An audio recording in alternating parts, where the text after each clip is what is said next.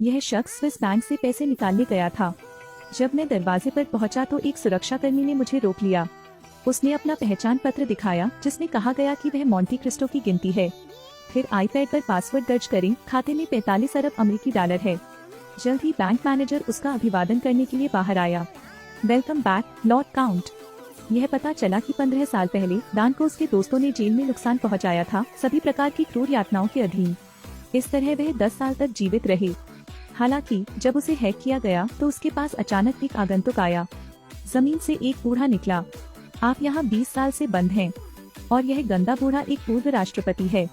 इसके बाद उन्होंने बचने के लिए अपनी यात्रा शुरू की। दिन ब दिन 5 साल बीत चुके हैं और फरिया और डान पिता और पुत्र की तरह हैं। लेकिन जैसे ही वह बाहर निकलने का रास्ता खोदने वाली थी, फारिया से रहा नहीं गया। मरने से पहले उसने डैन को अपने अकाउंट का पासवर्ड बताया था। इस पैसे को निकालने के लिए अपने बेटे की पहचान का इस्तेमाल करें। वह अपना बदला लेने के लिए लौट आया। क्योंकि फारिया मर चुका था, पहरेदार उसके शरीर को समुद्र में फेंकना चाहते थे। इसलिए डैन को एक चाल चलनी पड़ी। उसने फरिया के शव को सुरंग में डाल दिया और मृत होने का नाटक किया। जब बोरी समुद्र की तलहटी में गिर गई तो उसने उसे काटने के लिए चाकू का प्रयोग किया। लेकिन जब डैन घर आया तो उसने पाया कि वह जगह जल्द ही वीरान हो गई थी। इतने में डैन दीवार से गिर गया। एक दयालु राहगीर ने उसकी मदद की। उसे बताओ जो यहाँ रहता था, क्योंकि उसका बेटा जेल में बीमार हो गया था। डैन की मंगेतर भी शादीशुदा है, इसलिए उसकी माँ भूख से मर गई। लेकिन 2 महीने बाद पता चला। तब दान एक मनुष्य को ढूंढने गया और उसे लात मारकर समुद्र में गिरा दिया। मैंने उस साल उसे सच बोलने के लिए मजबूर किया। यह पता चला कि उस वर्ष उनके सहयोगी कागुरा और युकियो ने उन्हें नुकसान पहुंचाया था। अब कागुरा एक रियल एस्टेट कंपनी के डायरेक्टर बन गए हैं। युकियो एक बड़ा सितारा बन जाता है और डैन की मंगेतर सुमायर से शादी कर लेता है। यहाँ तक कि उस साल के पुलिसकर्मियों ने भी उन्हें जेल भेजने के लिए उनसे हाथ मिलाया तो वह खुश हुए। डैन पूरी तरह तबाह हो गया था, लेकिन उसे फरिया की बात याद आ गई। तो सिंगापुर में स्विस बैंक बदला लेने की तैयारी करता है। वहीं डैन के बॉस की 15 साल पहले मौत हो गई थी और यह बेटा शिनिचिरो वही है जिसने दान को बचाया था। कागुरा को पता चला कि शिनिचिरो के पिता ने अपने बेटे पर बहुत बड़ा कर्ज छोड़ दिया है। शिनिचिरो अपने पिता की राख घर ले गया। साफ सुथरी वर्दी देखकर अंदर एक चिट्ठी भी पड़ी थी। ऊपर लिखा है, आपकी मदद के लिए धन्यवाद। उसे अचानक कुछ दिन पहले का आदमी याद आया। उसने पत्र खोला, अंदर 100 मिलियन येन का चेक था। युकियो और कागुरा अंतिम संस्कार में शामिल होते हैं, फिर बंदरगाह पर मिलते हैं। वे एक दूसरे की चापलूसी करते हैं। इसी समय एक आदमी उसके पास गया। वह डैन है जिसने अपना नाम बदलकर शिंकाई कर लिया। उसने इन दोनों आदमियों का मजाक उड़ाया। फिर निजी नौका पर बैठो। अन्य 2 अभी भी ईर्ष्यालु पक्ष में खड़े हैं।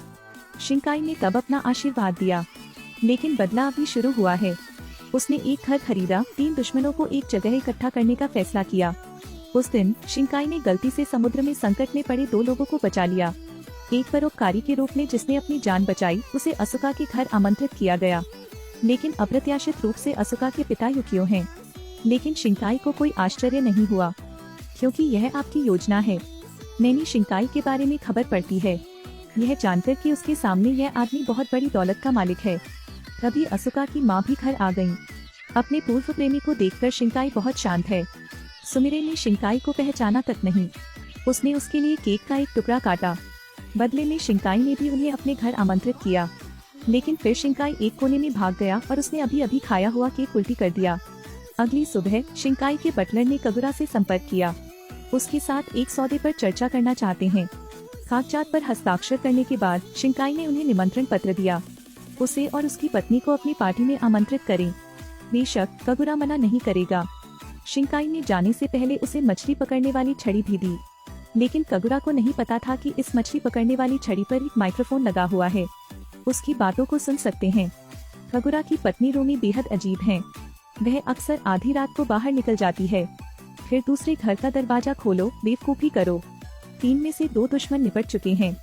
केवल सबसे कठिन कौही बनी रही। एक पुलिस अधिकारी के रूप में वह बेहद सतर्क थे। इसलिए शिंकाई ने अपनी पत्नी से कार्रवाई करने का फैसला किया। जब अरीना जिम गई तो उसके अधीनस्थों ने उसकी पानी की बोतल में कुट्टू का आटा डाला। अरीना को इससे फिर से एलर्जी है। पानी पीने के बाद उसका पूरा शरीर लाल और थका हुआ था। इस समय शिंकाई समय रहते लड़की को बचाने में सफल रही। अरीना ने शिंकाई को अतिथि के रूप में घर में आमंत्रित किया। कौही को लगता है कि यह इतना आसान नहीं है। उसने सावधानी से शिंकाई से पूछा, लेकिन अरीना ने उसे रोक दिया। साथ ही शिंकाई की असली पहचान उजागर करें। यह जानकर कौही का रवैया भी बदल गया। इस समय शिंकाई ने उन्हें पार्टी का निमंत्रण दिया। कौही ने तुरंत निमंत्रण पत्र फाड़ दिया, लेकिन जब उसने पता देखा तो उसे अचानक ख्याल आया। उन्होंने इस पार्टी में शामिल होने का फैसला किया। सप्ताह के अंत में शिंकाई को नुकसान पहुंचाने वाले 3 लोग एक साथ दिखाई दिए। एक रिवेंज प्ले फ्लोर पर आने वाला है। इस शख्स ने खरीदा भूतिया घर। अपने सभी दुश्मनों को एक जगह इकट्ठा करो। शिंका उनके सामने मछली मारने का शो कर रही थी। इस समय हवेली के बटलर सुचिया शिंकाई को अपने अतीत के बारे में बताते हैं। उसने कहा कि 22 साल पहले वह चोर था। इस हवेली में चोरी करते हुए उसने एक आदमी को टोकरा गाड़ते हुए देखा और एक महिला रो रही थी। उसने इसे खोदा और यह फिर से एक बच्चा है। बच्चे को बचाने के बाद वह भाग गया और उस टेरल को दफनाने वाले कौही और रूमी थे। शिंकाई को तनिक भी आश्चर्य नहीं हुआ, सब उसके नियंत्रण में। फिर वह उन्हें यह कहते हुए बालकनी में ले गया कि उसे मूर्ति के नीचे एक कंकाल मिला है, तो उसने उस आत्मा की बलि देने के लिए फूल रख दिए। जैसे ही उन्होंने बोलना समाप्त किया, रूमी तुरंत खड़ी नहीं हो सकी। उसकी घबराहट देखकर शिंकाई समझ गई कि अब समय आ गया है, इसलिए पार्टी तुरंत खत्म हो गई। लेकिन अगले दिन शिंकाई एंडो को रूमी को खोजने के लिए ले जाता है।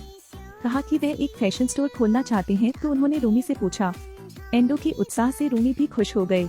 लेकिन एंडो वह बेटा है जिसे मैंने 22 साल पहले छोड़ दिया था। फिर रूमी के बगल वाले व्यक्ति ने उसे एक आभासी मुद्रा से परिचित कराया। क्योंकि एंडो की मदद करने के लिए मुझे पैसा इकट्ठा करना पसंद है, रूमी ने निवेश करने के लिए 10 मिलियन येन स्थानांतरित किए। रूमी शिंकाई के जाल में फंस गए। उसने अपनी सारी वर्चुअल करेंसी बेच दी। मैं पैसा कमाना नहीं चाहता, यह आनंद है, यह खुशी।